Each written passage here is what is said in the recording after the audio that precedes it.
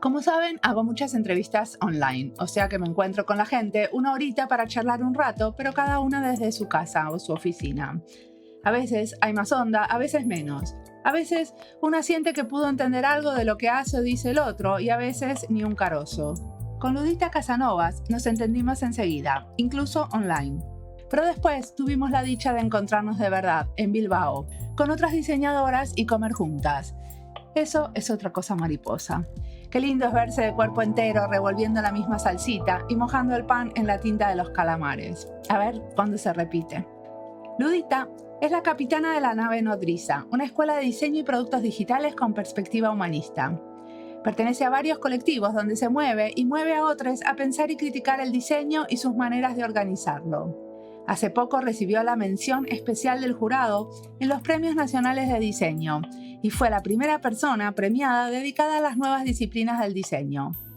Mi nombre es Mariana Salgado, esto es Diseño y Diáspora.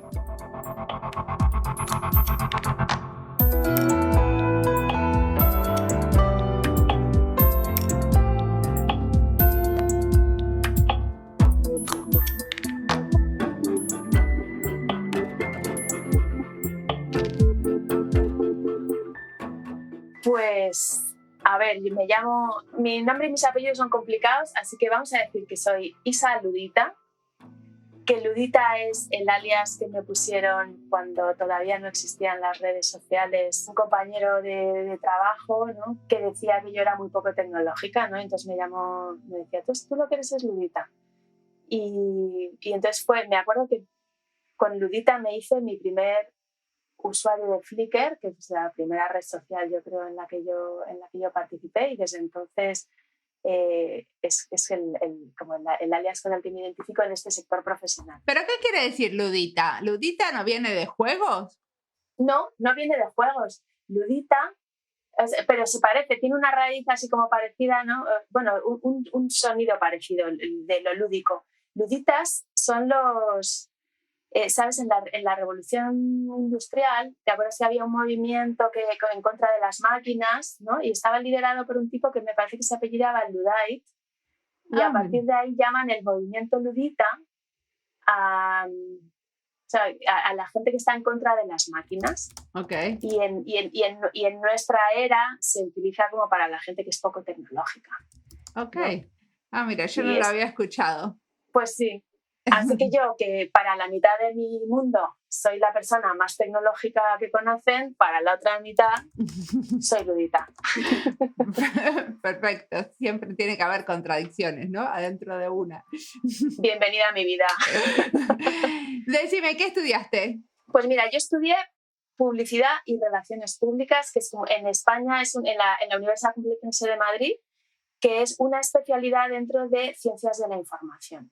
Lo único que yo elegí esta carrera, bueno, yo con 18 años no te aseguro que no era ni responsable de lo que hacía, ni muy consciente de, o sea, que si tenía que elegir cuál iba a ser mi profesión en el futuro, lo único que tenía claro es que quería algo que fuera creativo. Y por el entorno en el que yo me crié, como que no era cuestionable que tenía que ir a la universidad, y esto es lo que me pareció lo más creativo, ¿no? La publicidad.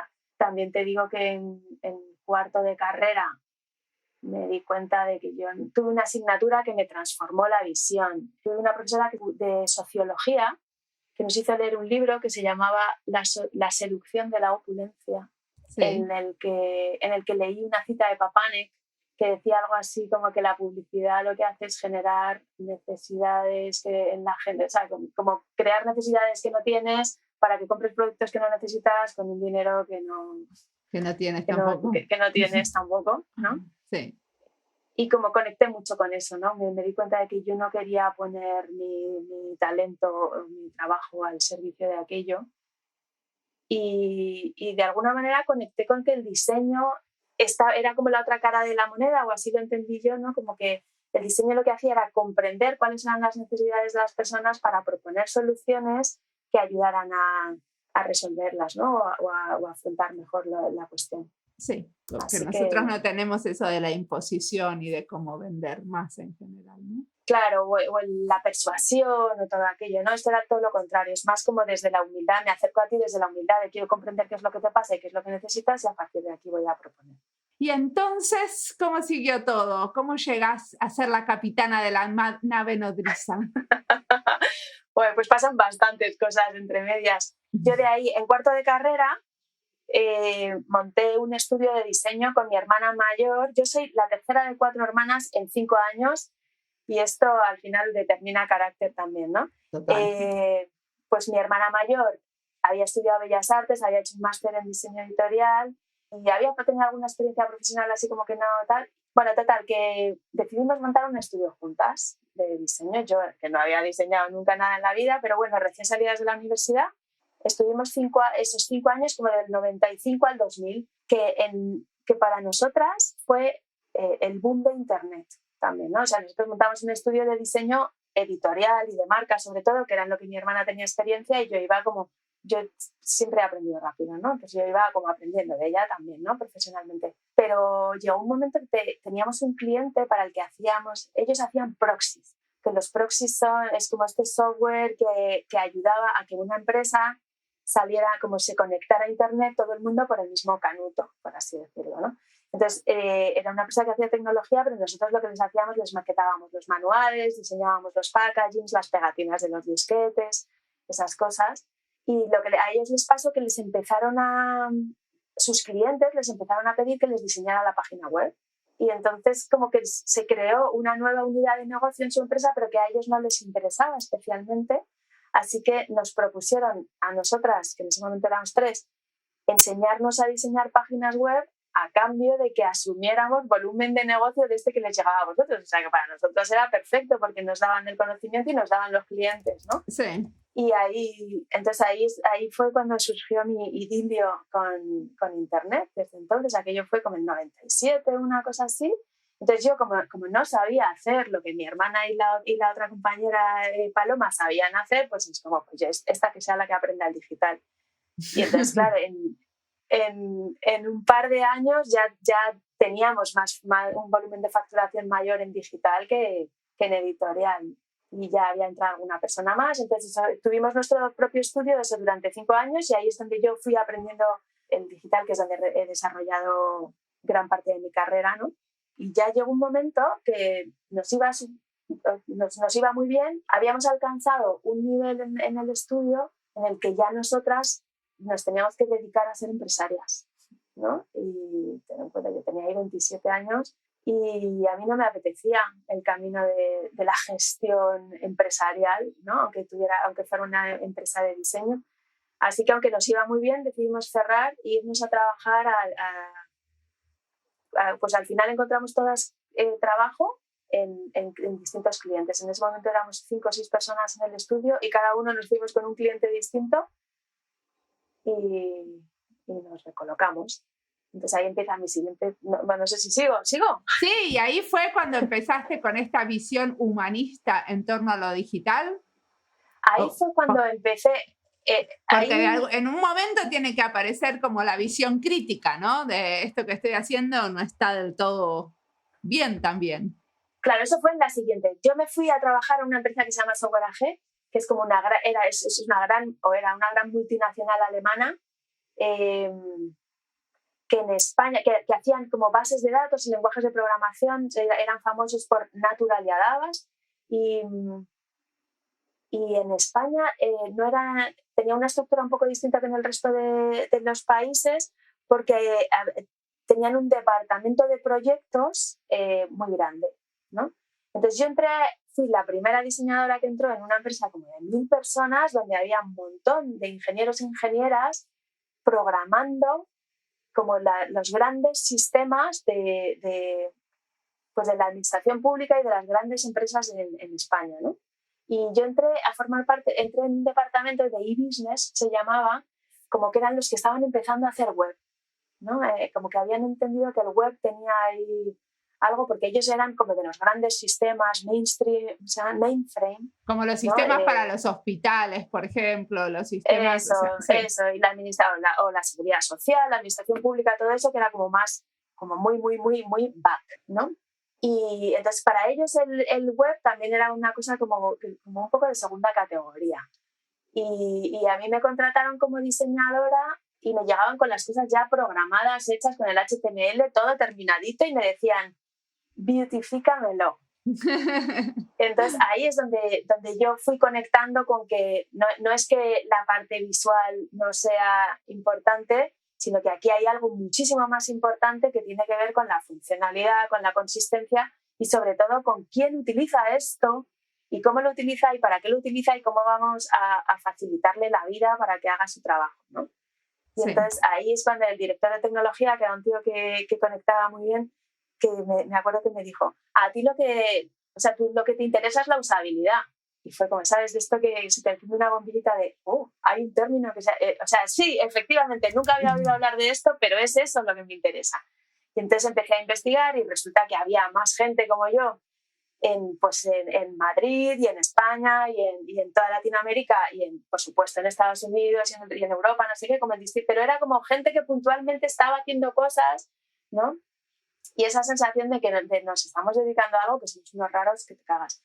Entonces resulta que en Madrid, pero bueno, en Madrid y había como varios chapters locales en distintas ciudades, se había organizado una comunidad profesional de arquitectos de información y nos juntábamos los primeros jueves de mes a tomarnos unas cervezas y contarnos nuestras penas, y éramos los diseñadores de experiencia de usuario o que dábamos valor a la usabilidad más allá del diseño gráfico que se decía entonces, ¿no? Así que ahí llegué y estamos hablando pues de principios del siglo 2000, 2002, por ahí. Que en ese momento eran pocos los que hablaban de ese tema, ¿no? Por lo menos adentro de estas empresas, en la universidad es diferente. Claro, pues ahí, pero ahí lo bonito fue que nos juntamos todos, ¿no? Entonces, en ese grupo que se llamaba Cadius, pues había gente que estaba más en la academia, gente que estábamos en distintas empresas, así como segregados, gente que estaba montando su propio estudio y que estaban haciendo cositas poco a poco también, los grandes bancos, bueno, no sé, había un poco de todo. ¿Y cómo se te ocurrió armar una escuela de diseño? Pues mira, yo ya en esa época me acuerdo que yo propuse cómo aprendes algo que no existe, ¿no? Entonces ya en esa época yo ya propuse, pues vamos a aprender unos de otros porque al final somos los que tenemos experiencia, ¿no? Entonces, como yo siempre he tenido esa vocación de aprender y de organizar formas de aprender en comunidad, ¿no? Entonces fue cuando, como lo empezamos, los llamamos los laboratorios de Cadius y íbamos trayendo gente que nos contara cómo hacían su trabajo, ¿no? Entonces era totalmente gratuito, voluntario y tal, cuidábamos al ponente y cuidábamos también un poco al auditorio, era gratis para todo el mundo y no pagábamos, pero le decíamos al ponente, vas a tener la audiencia más entregada que hayas tenido en tu vida. Y entonces pues tuvimos pues vino una persona que se dedicaba, Jesús Gorriti, que se dedicaba a localización en videojuegos, en EA Sports. Hicimos la primera videoconferencia con gente con el departamento de usabilidad de Google, que nos enseñaron también cómo trabajaban en su laboratorio de usabilidad, con Saul Greenberg, no sé, gente que venía a España a dar conferencias y yo les escribía y les decía, oye, ¿te vendrías a darnos aquí? Y se venían. Con lo cual yo empecé ahí, ¿sabes? Sí. Y sin embargo la nave nodriza la monté pues casi 10 años después. Y entre medias, ¿qué pasó? Pues más trabajo, más consultoría, distintas opciones profesionales, pero seguir trabajando mucho en diseño digital y un poco trabajo de evangelización, de definición de metodologías, etcétera. Un parón sabático que no sabía cuánto iba a durar, que al final fueron 2 años, que me llevó a conocer escuelas, sobre todo una que me marcó profundamente, que es el CIID de Dinamarca, de Copenhague. Sí. Donde hice una pequeña formación de gran relevancia en mi vida. Y luego como que al volver a Madrid surgió la oportunidad de montar un máster de usabilidad y experiencia de usuario en una escuela. Lo estuvimos haciendo durante un par de años, nos gustó mucho y a la vez, o sea, nos gustó mucho la experiencia y a la vez pensábamos que si tuviéramos una escuela lo haríamos de otra manera. Y entonces se dieron las circunstancias, ¿no?, personales, vitales, profesionales, para que nos mereciera la pena. Y ahí mis socios, a los cuales había conocido emborrachándonos en el 2000, contándonos nuestras penas de nadie me entiende con esto de la usabilidad, pues, y se llaman Juan Leal e Ignacio Buenombre, que si puestos a tener 2 hombres de socios, Leal y Buenombre, son los mejores, pues montamos la nave nodriza.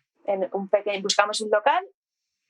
Justo 2 años antes habían montado unos colegas Fior, como la sucursal de Fior en Madrid, y a ellos les iba muy bien, habían crecido, se cambiaban de local y nosotros nos quedamos el pequeñito que dejaron libre. Y esto fue en 2013 y todavía a día de hoy ese sigue siendo el local en el que Pero ¿por qué se destaca la nave nodriza? Porque en este momento hay como miles de lugares y cursos y cosas en relación al diseño de experiencia, ¿no? Porque como sabemos que hay trabajo también, así como hay trabajo, surgen como miles de lugares para aprender estas cosas. ¿Qué diferencia la nave nodriza? Pues mira, lo que diferencia la nave nodriza, yo creo, por un lado es que ha sido creada por diseñadores de experiencia de usuario en activo. Hay muchas escuelas que son más como la escuela de lo digital, no sé qué, pero la nave nodriza la hemos montado gente que nos dedicamos al diseño de experiencia de usuario, que seguimos dedicándonos al diseño de experiencia de usuario, y que nosotros siempre decimos que es la escuela en la que nos hubiera gustado aprender. Pero por esto de las pocas jerarquías, porque por ejemplo una de las cosas que a mí me llamó la atención de la nave nodriza es esto que usan la sociocracia como manera de organizarse o autoorganizarse. Eso es más reciente, lo de la sociocracia es más reciente, pero porque yo también voy evolucionando y al final yo ya no estoy en el diseño de interfaz, ¿no? Estoy en el diseño organizacional, en cómo nos organizamos las personas, en que si realmente los diseñadores y las diseñadoras somos agentes de cambio, que yo me lo creo muy profundamente, no podemos seguir haciéndolo de siempre. Yo no encajo en los modelos tradicionales, pero ni en los modelos de viajar, de familia, de ocio, de un montón de cosas, en los profesionales tampoco. Y el modelo tradicional de empresa se me queda muy rígido, muy incómodo y muy o sea, como pequeño, como que no pequeño, la nave es mucho más pequeña que muchas empresas, pero buscando formas distintas de relacionarme con mis compañeros y mis compañeras, hemos encontrado la sociocracia, que es una forma que todavía estamos explorando. De hecho, ya a nuestra propia versión de sociocracia la llamamos la navecracia y la vamos definiendo a medida que vamos creciendo, ¿no? ¿Y cómo es la navecracia? ¿De qué se trata? Pues la navecracia es funcionar en círculos, básicamente, y que de cada círculo haya una persona responsable y en el círculo principal de la navecracia nosotros lo pintamos como si hiciéramos ahora una elipse. Hay cuatro grandes círculos principales, ¿no?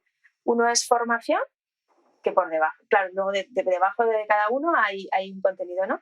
Pero uno es formación, otro es operaciones y financiero, por así decirlo, otro es comunicación y el último son las nuevas iniciativas y nuevas propuestas y como un poco el círculo del volar, ¿no? Sí. Entonces, cada uno de estos círculos tiene una persona responsable. Entonces, todas las semanas nos juntamos una vez a la semana a poner en común en un estatus, ¿no?, cómo está funcionando cada uno, para las cosas que hemos decidido, las que tenemos que tomar en el círculo grande, las decisiones que tomar en el círculo grande, etc. Y luego dentro de cada círculo también, algunos que son un poquito más grandes, pues también tienen así como su propia forma de funcionar. Y luego hay como orbitando otras dos elipses. Una es el espacio, y cuando hablo me refiero al espacio físico en el que se desarrolla la actividad de la nave nodriza, que por supuesto esto hubo que repensarlo totalmente en el momento en que la pandemia nos obligó a que el espacio fuera no fuera físico. Entonces, por ejemplo, eso nos llevó a una reflexión súper interesante. Nosotros no hablamos de online ni hablamos de virtual, sino que hablamos de lo remoto, porque para nosotras como que representaba mucho mejor estas palabras. Las palabras son importantes. Esto te diré que surge de mi compañera Daniela Rogoza, que por cierto es argentina también. Tiene también esto de darle mucho valor a las palabras y que las palabras, o sea, que las palabras que elegimos también forman parte de lo que diseñamos, ¿no? Y bueno, y la otra elipse que orbita en torno a este círculo es la comunidad, ¿no? Toda la gente que está en torno a la escuela, porque siendo una escuela profesional y en parte la reflexión de la sociocracia también viene por aquí, la nave es una estructura muy pequeñita, somos estas cuatro personas que formamos el círculo nodrizo, armonizando, organizando y poniendo en común el trabajo y el aprendizaje de cientos de personas, ¿no? Bueno, cientos de personas a lo largo de todo un año, pero al final nosotros lo que organizamos son formaciones bastante pequeñitas y además pocas, muy cuidadas, vinculando muy bien la experiencia profesional con la experiencia de aprendizaje. Es decir, que la gente que da clase en la nave son todo personas profesionales en activo a los que tenemos que coordinar, ¿no? Y ustedes tienen también maestrías, eso quiere decir que tuvieron que hacer como trabajo de validar esas maestrías, ¿cierto? No. De hecho, todo lo contrario. La validación de maestrías obliga a vincularse con una universidad pública o a tener un currículum que tiene que pasar. Aquí en España, por lo menos, tienen que pasar por un filtro administrativo. Nosotros, en vez de hecho, no hablamos de maestrías y no hablamos de máster, sino que cuando fundamos la nave nos lo planteamos así, es como, no lo vamos a llamar máster porque no es un máster oficial, o tampoco hemos hecho todas estas gestiones que implicarían una oficialidad, entonces los llamamos gran curso.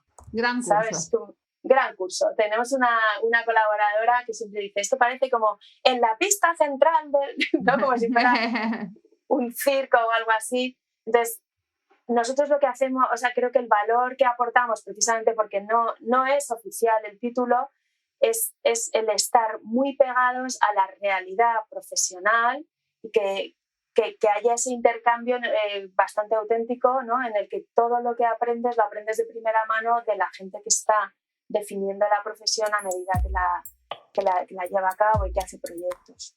Así que no, cero oficial, somos cero oficiales.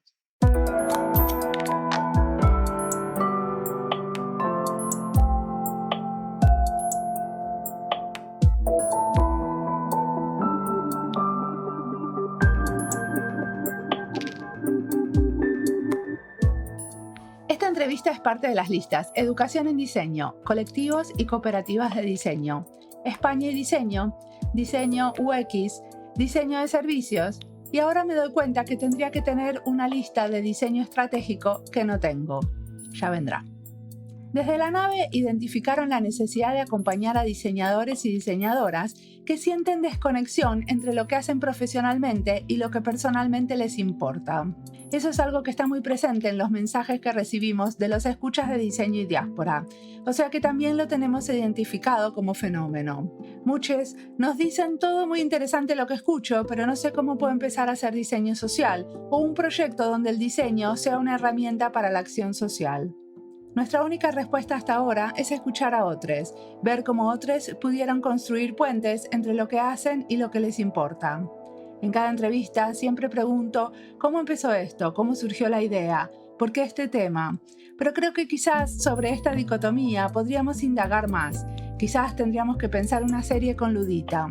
Me imagino charlando con profesores y diseñadores que consideraron maneras alternativas de eclosionar estos dos mundos y que tienen ejercicios o propuestas para sumergirse en el problema. Quizás a la vez podría ser material para el seminario de diseño desde adentro. Vamos a darle una vuelta de tuerca a esta idea. Sigamos ahora escuchando a Ludita, que tiene mucho para contarnos.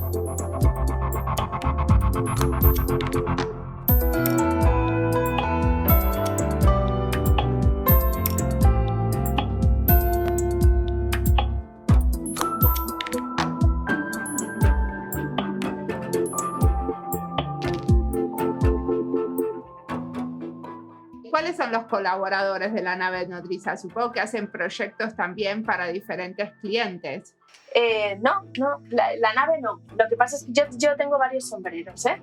Okay. Pero en la nave nodriza, el core de la nave nodriza es formación. Y entonces lo que hacemos son programas profesionales. Tenemos el programa de diseño de experiencia de usuario, que tiene estos dos grandes cursos, uno es de diseño estratégico y otro es de diseño de interacción, que entendemos que son como las dos especialidades que se están definiendo en las nuevas metodologías del diseño.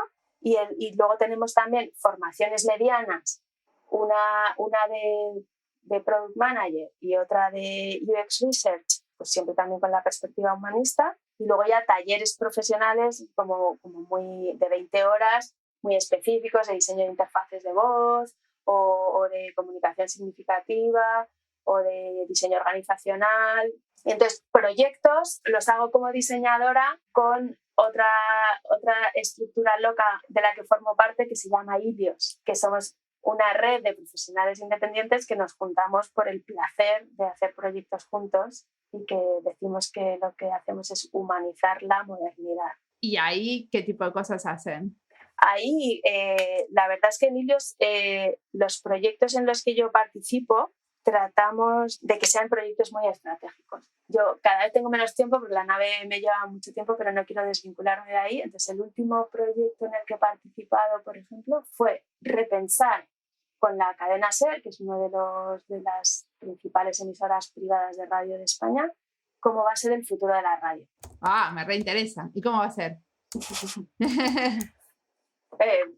Bueno, lo que hicimos fue entender, o sea, lo que hicimos sobre todo fue investigación, ¿no? Sí. Y entender cómo la gente con una aproximación más tradicional a la radio escucha la radio ahora y cómo son esas experiencias híbridas, ¿no? De cómo están llegando los podcasts, cómo está llegando la radio a la carta, qué se espera cuando se escucha la radio, cómo se escucha. Y luego también toda esta dinámica de youtubers, ¿no? Y la hibridación de la radio con el vídeo a lo que nos está llevando. Y bueno, finalmente el resultado sí que queríamos que, o sea, como que teníamos que acabar creando algo que pudiera ser de utilidad también, ¿no? para nuestro cliente.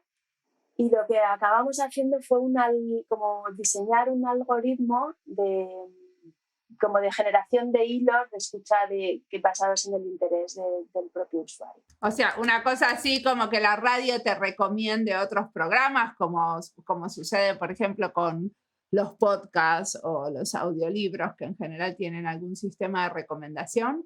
Eso es. Bueno, no sé si a ti te pasa, como que a mí lo que me gusta es la parte del problema. ¿Sabes? A mí lo que me gusta muchísimo es preguntar, entender, ir profundizando, ¿no? Ir metiéndome cada vez más en la cuestión y ir sacando pistas, ir entendiendo, ¿no? Ir elaborando como toda esa lista al final de insights de decir, joder, todo esto es lo que ahora sabemos, ¿no? Luego, ¿qué es lo que hagamos a mí me gustan también los brainstorming, las tormentas de ideas, eso de los talleres donde se piensan soluciones. Sobre todo pero cuando son así como... Sí, pero esa parte ya me interesa menos. Pero lo de generar ideas y después analizarlas, evaluarlas y elegir algunas, por ejemplo, me encanta. Uh-huh. Sí, la verdad es que sí, también. Yo ahí, en este sentido, aunque ya te digo que ya en proyectos ahí me toca participar, bueno, no es que me toque menos, pero que no me da la vida. Sí. Pero en estos programas que te digo, del programa de diseño y experiencia de usuario, lo que hacemos todos los años, continuamente están haciendo proyectos, pero el proyecto a fin de curso, ¿no? El que dura los últimos 3 meses, que además es individual, lo que hacemos es proponerles un súper reto, como muy amplio además, y dejarles a cada uno de los estudiantes que hagan su investigación, bla, bla, ¿no? Que vayan sacando sus propios hilos y lleguen a, o sea, estos procesos los hacen, lo que pasa es que los hacen acompañados. Entonces yo participo en un montón de estos proyectos, con lo cual, aunque son proyectos educativos, por así decirlo, que su fin no es llevarlos a la realidad, pero sí que, y supongo que esto es lo que me preguntabas antes, los proyectos que hacemos en la nave son los proyectos que hacen los estudiantes. Entonces todos los años salen 20 y tantos proyectos vinculados con un objetivo de desarrollo sostenible de las Naciones Unidas, ¿no? Entonces, este año, por ejemplo, el tema ha sido la sostenibilidad y la emergencia climática, ¿no? Entonces, como empezamos a montar, ahí nos montamos como una mesa redonda brutal en la que invitamos a gente del mundo de la política, del activismo, del periodismo, de la academia, o sea, de distintas perspectivas, de la academia y de la empresa y de la gran empresa también, ¿no? Como que les cuentan, van contando, es una mesa redonda en la que cada uno expone, ¿no? Cuáles son los grandes retos desde su punto de vista. Entonces los estudiantes a partir de ahí ya van aplicando lo que han aprendido de divergencia, ¿no? De divergencia, convergencia, ¿no? De ir haciendo la selección de sus propios retos, también en función de lo que cada uno quiere aprender, ¿no? Es como este proyecto lo estás haciendo para poner en práctica competencias que has ido adquiriendo durante el curso, ¿no? Entonces, ahora, ¿tú qué es lo que quieres aprender? Pues hay gente que su reto te va más por el diseño fino de interfaz y gente que, no, yo lo que tengo que aprender es a priorizar, o yo lo que tengo que aprender es, pues quiero dedicarle mucho tiempo a la investigación porque yo tengo cierta experiencia, ¿no? Más bien en la ejecución. Como que cada uno entiende sus fuertes y sus debilidades. Eso es, lo hablamos también con los coordinadores, con los mentores, yo que me meto también hasta en la sopa, con Daniela, que es la coordinadora de todo el programa también, ¿no? O sea, como que es algo un poco coral, la formación es individual y a la vez es de grupo y a la vez estamos todos como muy encima de cómo va progresando cada persona, ¿no? Y entonces al final, pues eso, este año pues hay 20 y tantos proyectos súper diversos que tienen que ver con este objetivo de desarrollo sostenible, ¿no? Específico, ¿no? Y el año pasado, por ejemplo, los hicimos sobre la salud y el bienestar de las mujeres y lo mismo, ¿no? Pues mesa redonda con 10 mujeronas contando como cuáles son los grandes retos para la salud y el bienestar de las mujeres y a partir de ahí, pues proyectos increíbles también. A mí me deja siempre fascinada cuando acaba el curso que los estudiantes, hasta que hay un nivel en esos proyectos finales, ¿no? En esos planteamientos, que ojalá, o sea, que hay proyectos reales, en el mundo real, con grandes inversiones de dinero, que no están ni la mitad de pensados o no son ni la mitad de conscientes de la experiencia de usuario y que no han surgido de esa necesidad, ¿sabes? Bueno, lo que yo te preguntaba antes era si tenían clientes reales, porque muchas veces tener clientes reales también hace que el proyecto pueda seguir y no... O sea, no terminar cuando el alumno termina de estudiar, digamos. Pues yo ahí siempre tengo una duda vital. O sea, por un lado, muy activamente yo decidí, y la nave tiene 8 años, pero desde el principio, que las marcas no iban a entrar en la nave porque no iba a ser como lo hacen en otras escuelas de... Mira, el reto Coca-Cola es que, no sé, y perdón por decir Coca-Cola, o sea, quiero decir, no quiero que el proyecto final sea impulsado por una necesidad de negocio. Bueno, pero la necesidad de negocio puede ser del hospital, o sea, no hace falta trabajar para Coca-Cola, también se puede trabajar para el hospital del barrio. Efectivamente, entonces ahí también lo que hacemos es orientar, una vez que se van definiendo los proyectos, ayudar a orientar con negocio, o sea, con esa visión de cuál es la necesidad de negocio o por dónde puede ir esto. También te digo que muchas veces cuando haces el proyecto desde la necesidad, el modelo de negocio emerge y entonces es muy fácil decir, pues esto tiene sentido para los centros de salud de barrio. O esto tiene sentido, me acuerdo, hubo un año... ¿Y lo presentan al centro de salud barrial?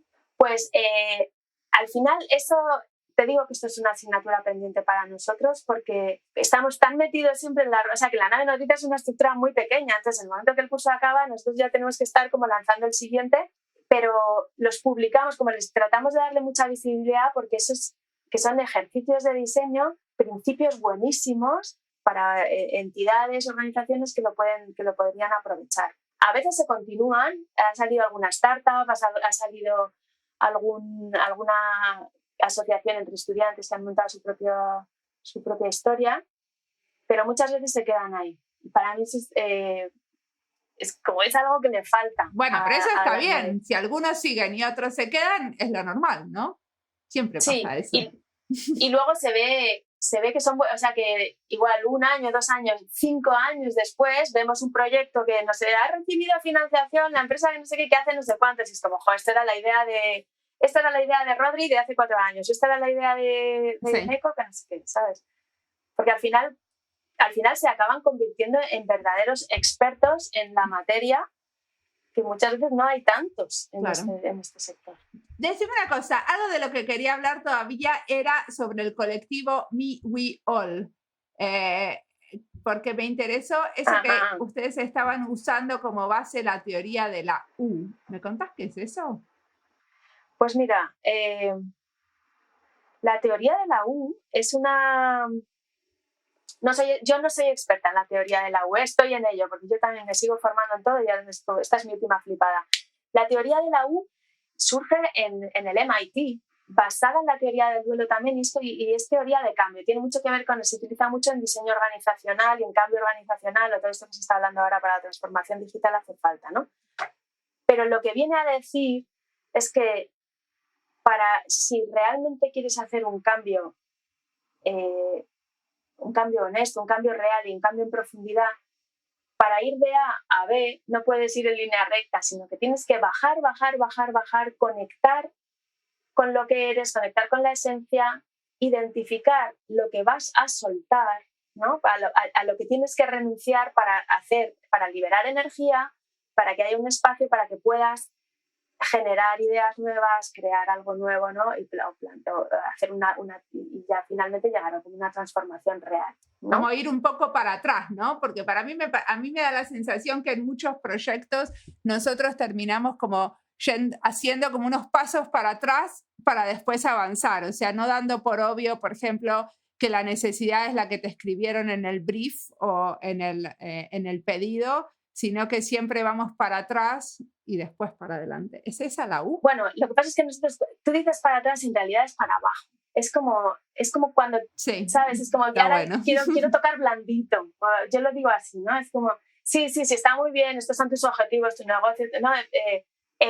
Cuando nos vienen con el briefing es como que casi nos vienen contando la solución y es como, ya, pero vamos a entender un poquito el problema, ¿no? Pues esto es parecido, es como, quiero ir para allá, quiero transformar, quiero cambio, quiero no sé qué, es como, vale, pero vamos a entender quién eres y qué es lo que te mueve y qué es, ¿no? Y qué es lo que te asusta y qué es lo que te duele y que... Por eso ustedes lo llamaron a un proyecto que tienen en relación a eso, diseñar para adentro. Diseñar desde dentro, sí. Esto para mí me hace muchísima ilusión porque es la unión de la nave nodriza y Me We All, ¿no? Entonces, como en Me We All hemos diseñado un proceso específico para diseñadores y diseñadoras o gente del mundo creativo, porque nos hemos dado cuenta que pasa muchísimo, bueno, no sé, me imagino que es en todo el mundo, ¿no? La gente que nos dedicamos a lo digital, hay trabajo, ¿no? Pero hay mucha gente que tiene la sensación de que como que no hay mucha conexión entre lo que le mueve personalmente y lo que hace profesionalmente, ¿no? Y que hay esa desconexión y que le gustaría, está desconectada como de mi yo diseñador, mi yo diseñadora.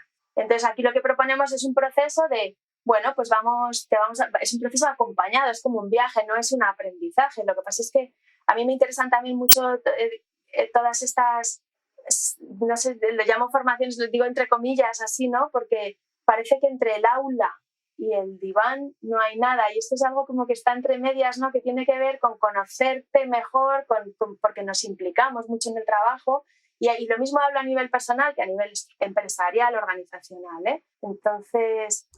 Vos te referís al diván como el espacio para el tratamiento psicológico personal. Efectivamente, sí. Lo doy por hecho, pues yo creo que llevo tanto años haciendo terapia que doy por hecho que todo el mundo lo identifica. Que todo el mundo... Sí, o sea, a mí me parece, o sea, me hago terapia yo y yo creo que en la nave nos hacemos terapia también y en Ilios y en Me We All, o sea, yo no entiendo que no haya una reflexión sobre quién soy, dónde estoy, qué me duele y qué me mueve también, ¿no? Entonces ustedes están proponiendo como unos entrenamientos, como quieran llamarlos, para hablar de esas cosas de la carrera profesional de forma grupal y que tenga que ver con los valores personales, ¿entiendo bien? En realidad es como un proceso personal, porque la experiencia de cada uno y hacia dónde quiere ir cada uno es muy personal, ¿no? Y cuál es el bagaje que traes, cuáles son tus experiencias y de qué te quieres deshacer, eso es muy personal.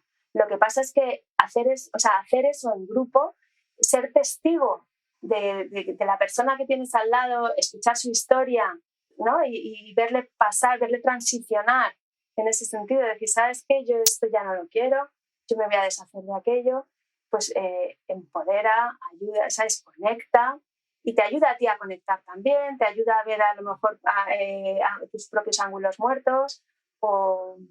Pero yo supongo que eso es algo que también se hace mucho cuando se habla de coaching o de mentorías profesionales, ¿no? Que en realidad muchas veces pasan de uno en uno, que no pasan en situaciones grupales, porque ustedes lo que están proponiendo es hacerlo en grupo. Sí. Claro, entonces son experiencias individuales, pero que se pasan en grupo, porque efectivamente esto sola es muy difícil de hacer, ¿no? Y además es más aburrido. Sí, totalmente. Pero estas experiencias en grupo para hablar de lo personal profesional, digamos, ¿no? ¿Eso son a lo largo del tiempo? O sea, ¿son grupos que duran años o son como más cosas cortitas para hacer una transformación o una intervención? Yo, Mariana, me imagino un montón y me imagino a largo plazo, me imagino muchas más cosas. Esta en concreto que hemos diseñado es de 4 días inmersivos, intensivos, además, en la naturaleza, en un sitio increíble además, pero si te digo la verdad, estoy convencida de que ese grupo va a seguir unido. Y esto es algo además que nos pasa en la nave con los cursos cortos o con los cursos medios, o sea, es que sin plantearlos como que haya una continuidad, estos grupos son como amigos para toda la vida, siguen funcionando 6, 8 años después. Entonces estoy segura de que esto va a continuar y me interesa mucho. Yo ahora estoy explorando por ahí como comunidades de aprendizaje, comunidades de acompañamiento, pues me parecen fundamentales también, porque la comunidad profesional está en un momento de expansión y ya no nos conocemos todos y ya, ¿no? Como que las necesidades son distintas, pero sigue haciendo falta el sentido de pertenencia y los rituales de paso, las dos cosas. Bueno, que muchas veces se dan en las redes de profesionales, ¿no? Uh-huh. Como muchos de nosotros que le apostamos y le invertimos mucho tiempo a las redes de profesionales es justamente porque tenemos un círculo de pares en el que nos apoyamos y que aprendemos constantemente, con el que tenemos muchas veces esos diálogos. Como vos tenías los de Cadius en los 90, claro. Entonces, digamos. para mí, Cadius, o sea... Para mí es eso que se expande en el tiempo también. Claro, es que me he quedado pensando porque he dicho, ¿y tú tienes un grupo de pares con el que comentáis? Así, eso me parece fascinante. Sí, total. O sea, yo lo tengo, por ejemplo, en la red de diseñadores trabajando para el sector público en Finlandia, y entre los que manejamos esa red, que somos 6, 7 personas, como comentamos un montón diferentes cosas, lo que nos pasa, lo que pensamos con respecto a la carrera y todas esas cosas. Qué bueno. Pues nosotros, yo creo, a mí me parece que vendría bien recuperar esos espacios, porque si no Twitter se acaba convirtiendo en ese lugar de reflexión donde no se puede cuidar. Yo creo que los cuidados son necesarios. Te diré que, o sea, yo en mis grupos, pues Ilios al final es un grupo así, el círculo de la nave o la comunidad de la nave es algo así. De hecho, el año pasado creamos el Consejo de Abuelas, que, volviendo a la Navecracia, está compuesto por todas las personas que han coordinado un gran curso en la nave nodriza, ¿no? Y nos llamamos así, sí. Entonces es como el lugar al que recurro muchas veces, ¿no? Para tomar decisiones que tienen que ver con la nave o para validar hipótesis. Ay, yo me muero, qué buena la idea de tener un consejo de abuelas, me encantó. Qué bien, me encanta. Pues sí, la verdad es que, pero que ahora que lo has dicho es como, pues no era consciente de que realmente al final sustituye, o sea, como cumple esa misión, ¿no? De tener ahí un grupo de iguales de referencia con el que pelotear, con el que poder decir, oye, ¿cómo vas? Sí, con el que tengas confianza, y a mí me resulta, por ejemplo, útil que no somos de la misma organización, ¿no? Claro. Que trabajamos en diferentes organizaciones. Entonces, hay como menos de la política interna y las tensiones y qué sé yo, o sea, como se puede hablar más en abstracto. O con un poco más de distancia sobre algunas cosas. Pues sí. Decime, ¿qué cosas te inspiran ahora? ¿Qué estás leyendo, escuchando, que te interesa recomendarle a nuestra audiencia? Leyendo, escuchando, mirando. Pues mira, leyendo, yo, si te digo la verdad, esto queda muy mal decirlo, pero de diseño leo poco, ¿sabes? No, pero puede ser de otra cosa. A veces a uno le inspira la literatura, o sea, lo que sea. Acabo de leer un libro que me recomendó una compañera, me la recomendó Elena Pavón, que es profe también en la nave, y lo he buscado para enseñártelo y no lo encuentro. Es un librito pequeñito que yo últimamente es lo que mejor me va, leer libros pequeñitos. Tengo muy poca capacidad de concentración. Se llama Conexión, de Kate Tempest. ¿La conoces? No. Bueno, pues Kate Tempest es una diseñadora que además se define como no binaria. Además es poetisa, además es una diseñadora del verbo, por así decirlo, ¿no? Una creadora de la palabra. El caso es que es un librito muy pequeñito en el que habla de la necesidad que tenemos de conectar y cómo eso cómo la tecnología, las redes, etcétera, afecta a esta necesidad y cómo está esto en la base, ¿no? Es muy bonito porque trae ese sentimiento, ¿no? O sea, cuenta muy bien cómo es ese sentimiento cuando te sientes parte de algo más grande y estás conectada con el resto, ¿no? Como eso ayuda a dar sentido a todo lo que somos y lo que hacemos, ¿no? Entonces, mi We All, la idea es un poco esa, ¿no? Estás en grupo pero conecta y a partir de ahí define hacia dónde vas a ir. Otra cosa que estoy leyendo recientemente, o sea, en lo que me estoy poniendo la pila, es con autoras feministas. He llegado muy tarde al feminismo, llevo como 4 o 5, pues desde que montamos la nave, que soy mucho más consciente de esto y de como que me he dado cuenta de mi rol de liderazgo, no buscado, pero al final ocupado, y el feminismo me está trayendo momentos muy buenos. Y ahora mismo estoy leyendo conferencias de una feminista mexicana que me está encantando y no me acuerdo cómo se llama, qué mal. Pero vamos, feminismo ahora mismo me parece fundamental a todos los niveles, pero en el mundo del diseño, por supuesto. Buenísimo. Y aparte yo soy estudiante, esto lo tengo que decir, soy estudiante de trabajo de procesos, process work, que es como una aproximación más a la psicología, pero que está influenciada por el chamanismo, la física cuántica, el psicoanálisis de Jung y el Tao. ¡Wow! ¡Qué combinación! Es brutal, te vuela la cabeza. Para mí es súper inspirador para la hora de comprender a la gente, sus motivaciones y hacia dónde va. Y en el mundo del diseño igual, también, ¿no? Sí. O sea que eso de alguna manera lo vas a, en el futuro te ves enlazando eso con tu trabajo de diseño. De alguna manera sí, yo creo que me he convertido yo acompaño experiencias de aprendizaje y además me gusta mucho diseñar estas experiencias. Entonces, sean de aprendizaje, o sea, como esta de mi We All, que no es tanto un te enseño, o sea, vas a aprender competencias o habilidades, sino que lo que vas a hacer es conectar contigo mismo y aprender a conectarte mejor y a definir hacia dónde quieres ir, a aclararte en tus próximos pasos profesionales, pues igual. Y luego el tema de comunidades también ahí de alguna manera estará. Buenísimo. Bueno, muchísimas gracias por la entrevista.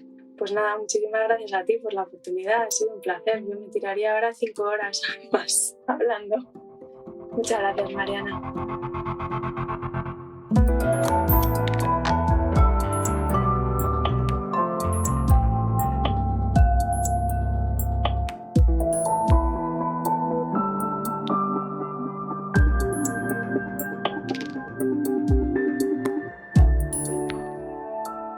Ludita fue y es parte de varias comunidades de aprendizaje, pares que se reúnen a aprender juntos.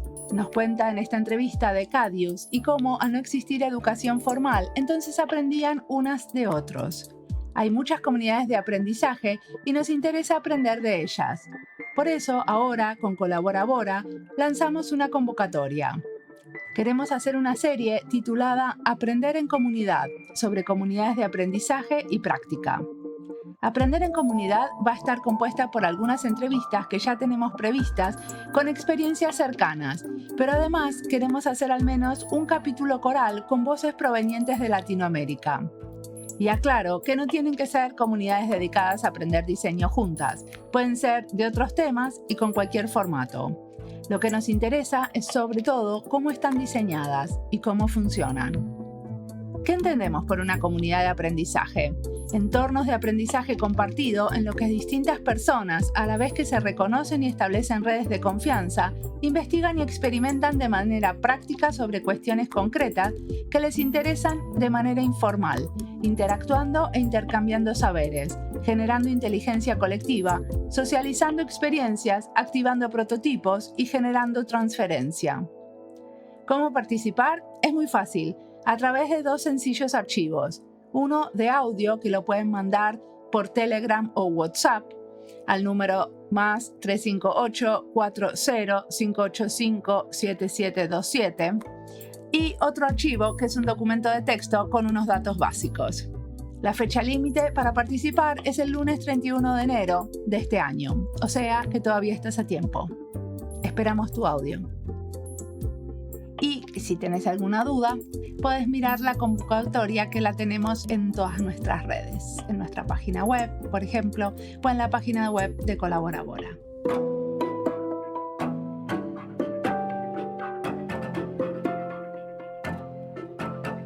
Como siempre, la música del podcast es de Antonio Zimmerman. El diseño de sonido es de Andy Fechi. Este podcast está publicado con licencia creativa común con atribuciones.